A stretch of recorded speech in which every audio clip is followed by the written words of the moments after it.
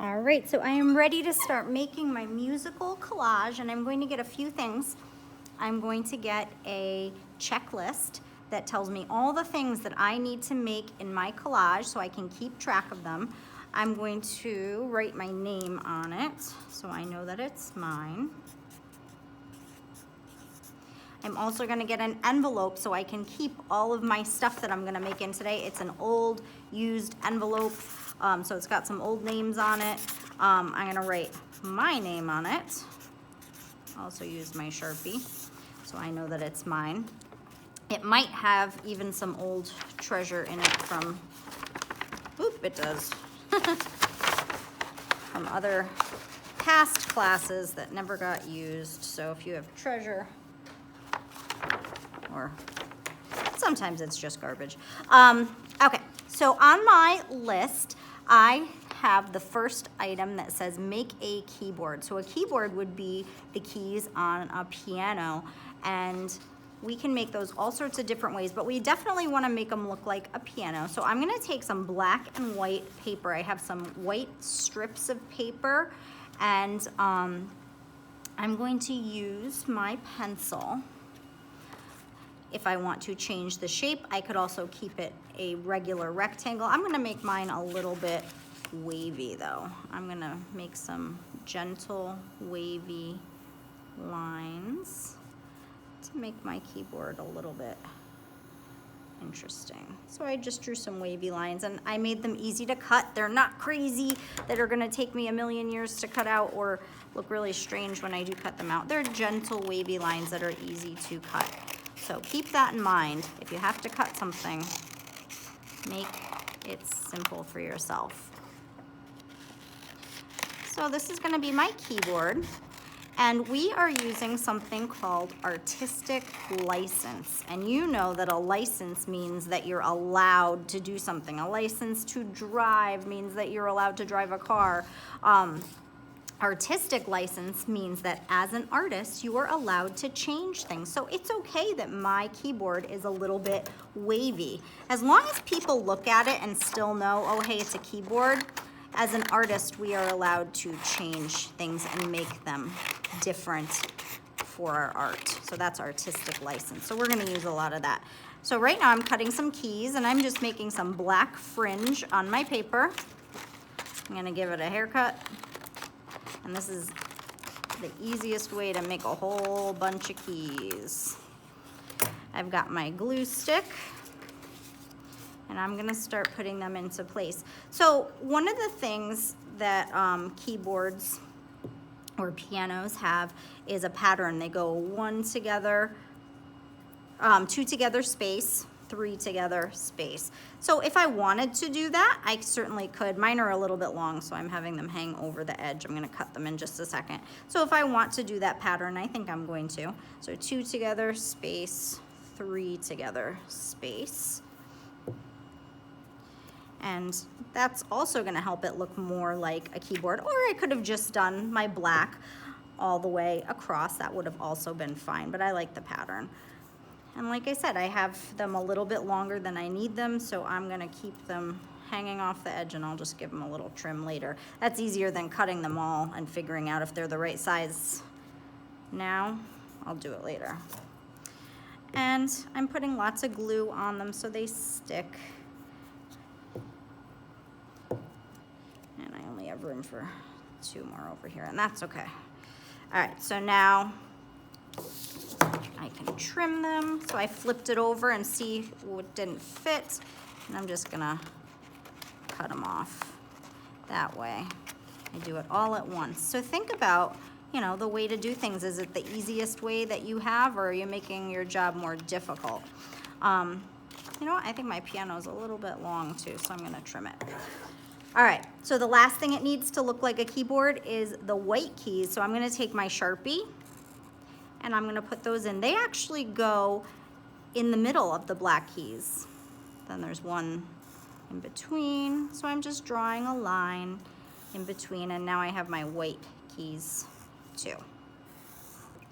And now I have what definitely looks like a keyboard. So I'll take my checklist, boom, done. And I'm gonna put it in my envelope for safekeeping, so I'm putting it in the mail.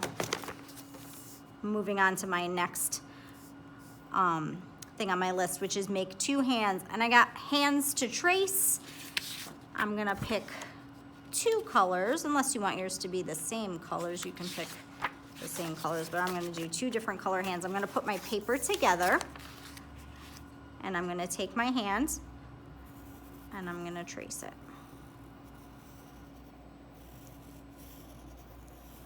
Sometimes it's a little tricky to trace your own hands. Do the best you can. When I get to the bottom, I'll just kind of connect it. So I put 2 papers together. So this is what I was talking about, making your life easier. Put them together, cut 2 at once. That way, you only have to cut 1 time, but you get 2 hands. And sometimes it's easier to get rid of the big paper around when you're cutting, and hands can be a little bit tricky to cut, but it's really good practice. So take your time. If you need to go back in another direction, that's totally fine. If you need to just cut a little bit at a time, it's not a rush, but take your time. If you cut something, you know, too small, see if you can cut the other things to match it. It's okay if your hand ends up being smaller than your actual hand size. As long as, again, it looks like a hand, you're good. So when I'm done, I got 2 hands that I need to, lost my Sharpie. Check off my checklist and put in the mailbox.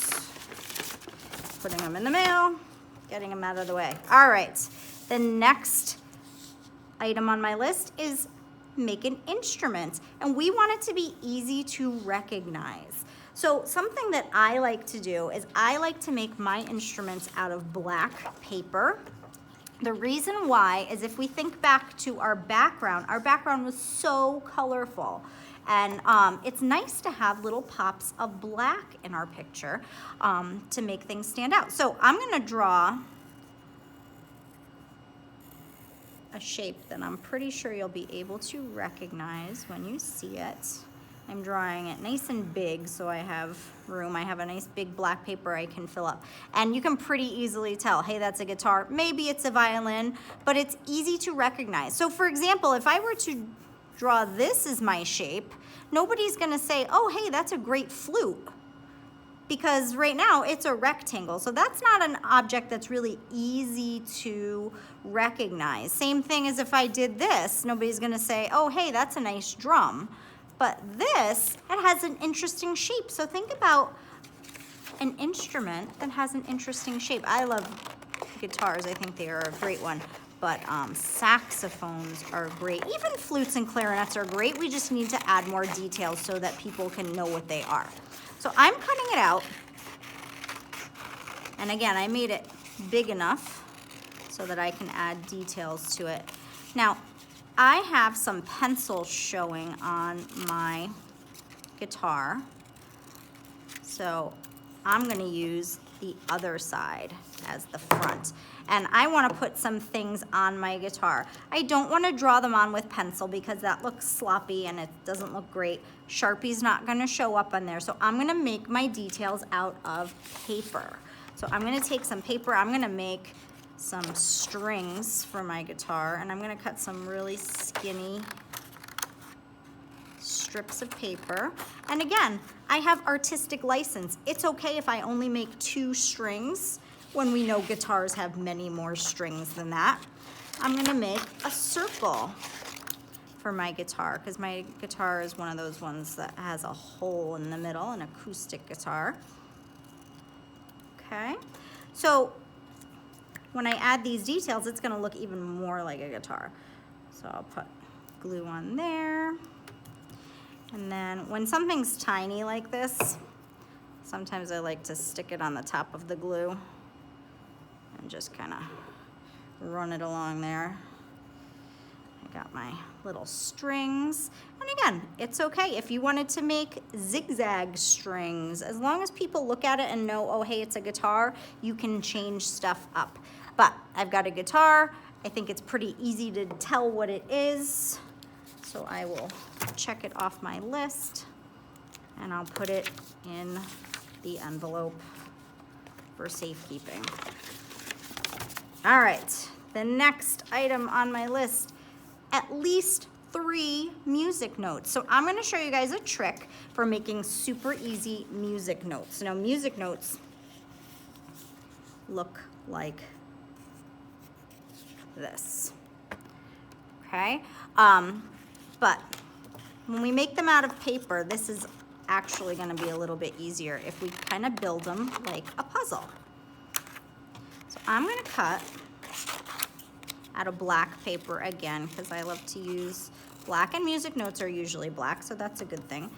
I'm gonna cut 3 things: a circle, a long rectangle, and a short rectangle, and this is what I'm gonna do with them.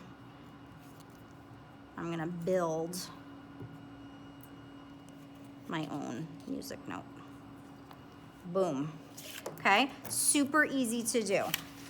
So I didn't have to do any drawing. All I had to do was cut a rectangle, and I'm gonna make a double music note this time. So I'll add a little extra guy here, and 2 circles because it's a double. So we're building it like a puzzle, so we don't have to cut out a complicated music note. I'll put some glue on it, glue them all together, and I'm on my way. So if you have glue that's showing, just wipe it off while it's still wet, and it won't show up later on. If you leave it, yes, it will show up, but it dries clear from being the purple, unless it's in a big blob. If it's in a big blob, you might still see the purple.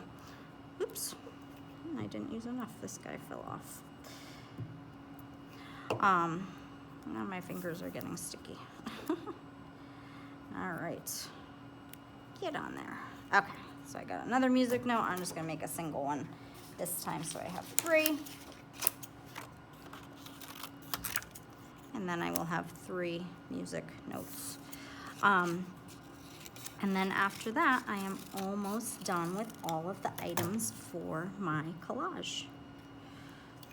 So we're just going through, and yes, it might take a little while because you're cutting and gluing, but that's okay.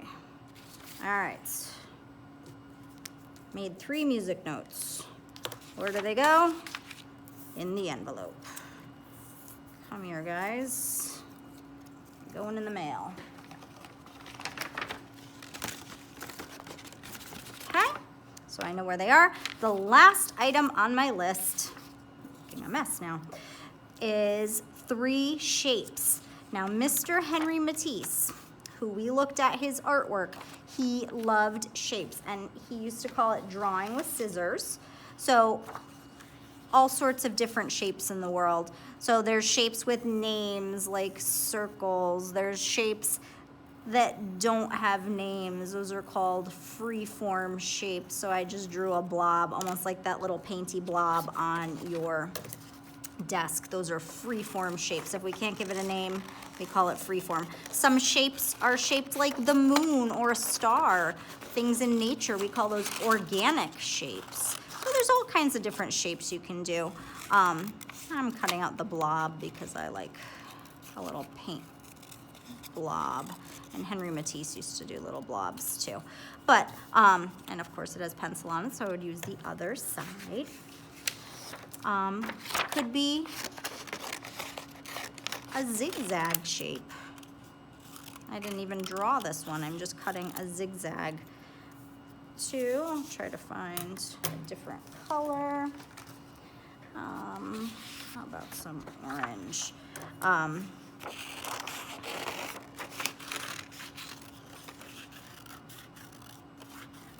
Okay. I'm going to make a spiral. So this is how we make a spiral. I cut a circle. I'm going to cut and turn, cut and turn, cut and turn, kind of driving towards the center of my circle. Stop. This isn't going to be a spiral if I glue it down right now. It's going to be a donut. So I'm going to go back and cut and turn one more time.